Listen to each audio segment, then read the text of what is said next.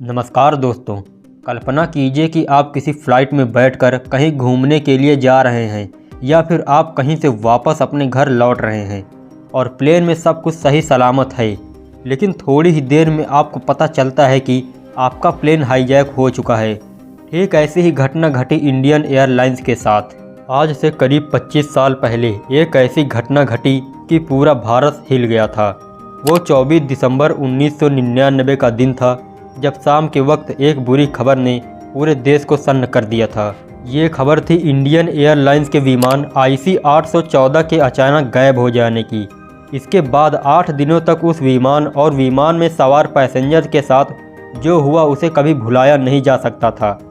आइए जानते हैं क्या थी वो पूरी खौफनाक घटना। नेपाल के एयरपोर्ट से उड़ा था भारतीय विमान।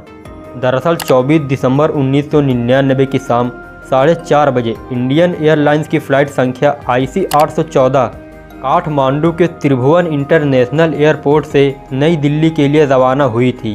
शाम 5 बजे जैसे ही प्लेन भारतीय वायु क्षेत्र में दाखिल हुआ, विमान में यात्रियों के तौर पर सवार हुए हाईजैकर्स ने हथियारों के बल पर फ़्लाइट को अपने कब्जे में ले लिया और उसे पाकिस्तान ले जाने की मांग रख दी थी। अब भारत और पूरी दुनिया को पता लग चुका था कि एक भारतीय विमान हाईजैक कर लिया गया है। शाम 6 बजे प्लेन अमृतसर में थोड़ी देर के लिए रुककर लाहौर के लिए रवाना हो गया, लेकिन पाकिस्तान की सरकार से अनुमति लिए बगैर ही विमान रात 8:07 पर लाहौर में लैंड हुआ। मगर अगले दिन सुबह के वक्त हाईजैक विमान लाहौर से दुबई की तरफ रवाना हो गया और वहां उड़कर तकरीबन 8:30 बजे अफ़गानिस्तान के कंधार में लैंड हुआ। दोस्तों, इससे पहले जब रात के करीब 1:45 बजे हाईजैकिंग विमान दुबई के एयरपोर्ट पर खड़ा था, तब एक यात्री प्लेन में एक आतंकवादी से भिड़ गया था। इस दौरान आतंकी का चाकू यात्री की गर्दन पर लग गया था, जिससे उसकी एक नस कट गई थी। ऐसे में हाईजैकर्स ने उसे दुबई में ही उतार दिया था और उसकी जान भी चली गई थी। अब दोस्तों, प्लेन ने इतना सफ़र किया कि उसमें फ्यूल की मात्रा बिल्कुल ना के बराबर थी, इसलिए हाईजैकर्स ने फ्यूल रिफ्यूलिंग के बदले 27 यात्री छोड़े थे। अब प्लेन हाईजैक होने की खबर से पूरे देश में सनसनी मच गई थी। हाईजैकिंग के कुछ ही घंटों बाद ही आतंकवादी अपनी मांग रख चुके थे। इससे पहले ईंधन भरे जाने के समझौते में कुछ यात्रियों की रिहाई पर समझौता भी हुआ था। तब दुबई में 27 यात्री रिहा किए गए थे, जिनमें ज़्यादातर महिलाएं और बच्चे थे। अब दोस्तों, जान लेते हैं क्या थी आतंकवादियों की मांगें। हाईजैक से भारत सरकार की मुश्किलें बढ़ रही थी। मीडिया में प्लेन हाईजैक की खबरें छाई हुई थी। सारी दुनिया की नज़रें इस घटना पर थी। यात्रियों के परिजन और कुछ संगठन देश भर में विरोध कर रहे थे।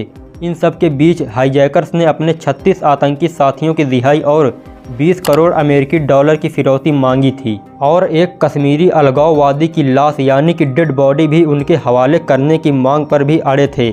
फिर तालिबान ने इस मामले में दखल दिया, जिसके बाद उन्होंने पैसे और लाश की मांग छोड़ दी। लेकिन भारतीय जेलों में बंद आतंकियों की रिहाई की मांग मनवाने के लिए वो बुरी तरह अड़े हुए थे। दोस्तों, पहले तालिबान को देखकर लगा कि वो कोई सख्त कदम उठा सकता है, लेकिन बाद में तत्कालीन गृह मंत्री लाल कृष्ण आडवाणी ने कहा कि तालिबान ने ये कहकर पॉजिटिव रवैया दिखाया कि कंधार में कोई रक्तपात नहीं होना चाहिए, नहीं तो वे हाईजैक विमान पर धावा बोल देंगे।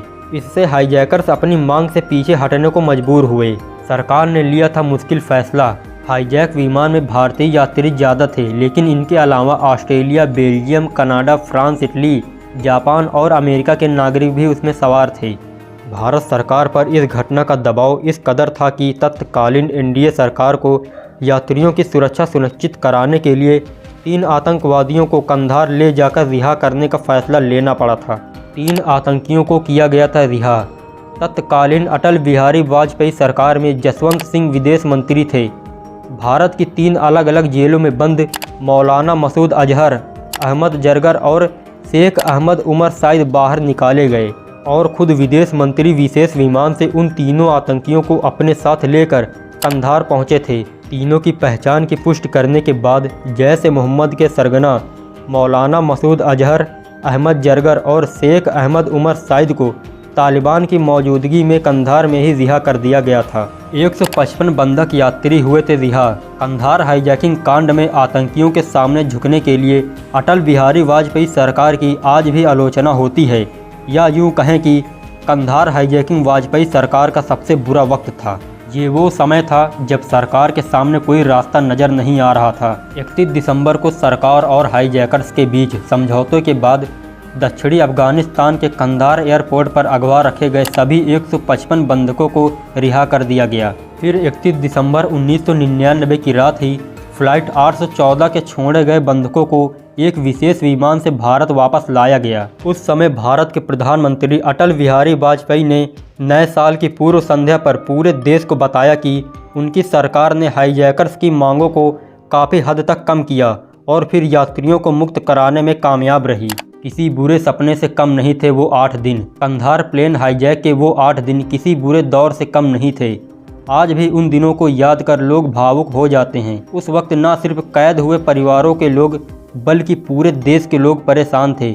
उन सब की निगाहें हर वक्त टीवी पर लगी थी। पूरा देश प्लेन में सवार जिंदगियों की सलामती के लिए एक साथ दुआएं कर रहा था। 31 दिसंबर की रात जब यात्री विशेष विमान से दिल्ली लौटे थे तो एयरपोर्ट का मंजर बेहद भावुक करने वाला था। अब दोस्तों जान लेते हैं रिहा किए गए तीनों आतंकियों की आगे की स्टोरी के बारे में। मौलाना मसूद अजहर इसी शातिर आतंकी ने साल 2000 में आतंकी संगठन जैश-ए-मोहम्मद का गठन किया था, जिसका नाम 2001 में भारतीय संसद पर हुए हमले के बाद सुर्खियों में आया था। अहमद उमर सईद शेख इस आतंकवादी को 1994 में भारत में पश्चिमी देशों के पर्यटकों का अपहरण करने के मामले में गिरफ्तार किया गया था। अमेरिका में 9/11 के हमलों की योजना तैयार करने में भी उसकी महत्वपूर्ण भूमिका थी। मुश्तक अहमद जरगार ये आतंकी रिहाई के बाद से पाकिस्तान के कब्जे वाले कश्मीर में उग्रवादियों को ट्रेनिंग देने में एक सक्रिय हो गया था।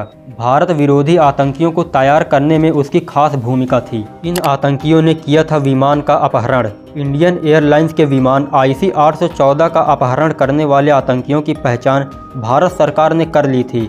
हैरानी की बात यह है कि ये सभी हाईजैकर्स पाकिस्तानी थे, जिनकी पहचान इस प्रकार थी: इब्राहिम अख्तर बहावलपुर पाकिस्तान, शाहिद अख्तर सईद कराची पाकिस्तान, सनी अहमद काजी कराची पाकिस्तान, मिस्त्री जहूर इब्राहिम कराची पाकिस्तान और साकिर ये भी पाकिस्तान का ही था। तो दोस्तों ये थे 5 आतंकवादी जिनकी वजह से IC 814 विमान हाईजैक हुआ। इस हाईजैक के बदले भले ही उन्हें 20 करोड़ डॉलर ना मिले हों, लेकिन उन्होंने रिहाई के तौर पर जिन 3 आतंकवादियों को छुड़वाने की मांग की वो शायद बहुत बड़ी मांग थी।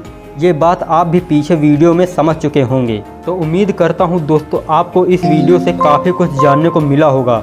ऐसी और वीडियोस देखने के लिए इस चैनल को अभी सब्सक्राइब कीजिए। धन्यवाद।